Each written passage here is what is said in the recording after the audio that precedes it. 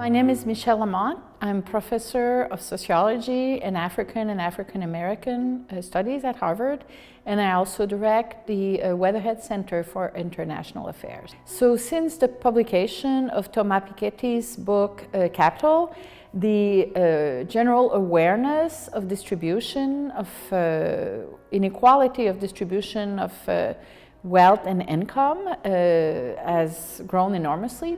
Many people are aware that we're now at a high point since 1929 of extensive inequality.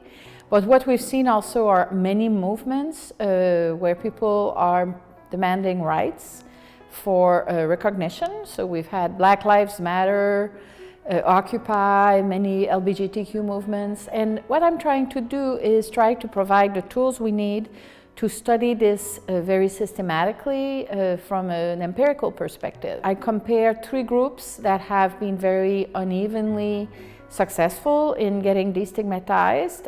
People with HIV/AIDS, which is the most successful group, the obese, which are really not successful, and African Americans, which are, in the middle.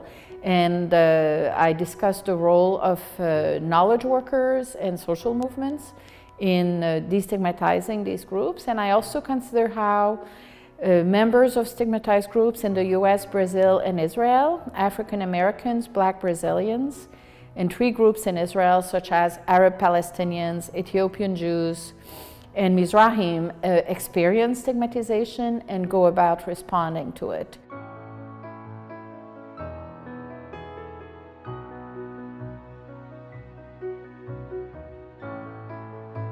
In the context of neoliberalism, the demand that is put on the poor, on immigrants and other vulnerable groups to become self-reliant has really increased, which means that many groups are facing a growing recognition gap. And we need to figure out collectively how to do this. So one of the possible steps is, for instance, to think very systematically about how to engineer collective identities. So one of the examples I will give is the case of Pierre Elliott Trudeau, who was the Prime Minister of Canada when I was young. In 1971, he simply declared that Canada was going to be a multicultural society. And in his mind, I think it was a move to marginalize the French-Canadian group to which I belong, which is one of the two founding nations. But he claimed that French-Canadians should be put on the same footing as the Ukrainians of south-central Saskatchewan, which is a very small group. And there was a lot of pushback, but today when you interview Canadians about how they distinguish themselves from Americans, what defines their national identity, the most salient dimension is multiculturalism, which is obviously a way of defining belonging in the community that is quite encompassing and that is certainly oriented toward destigmatizing many minority groups.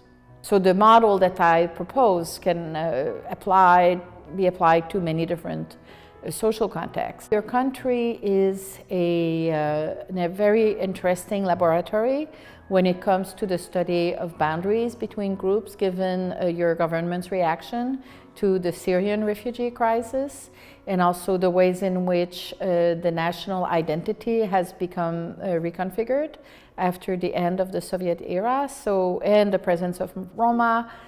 So I really look forward to engaging with your colleagues about discussing these questions.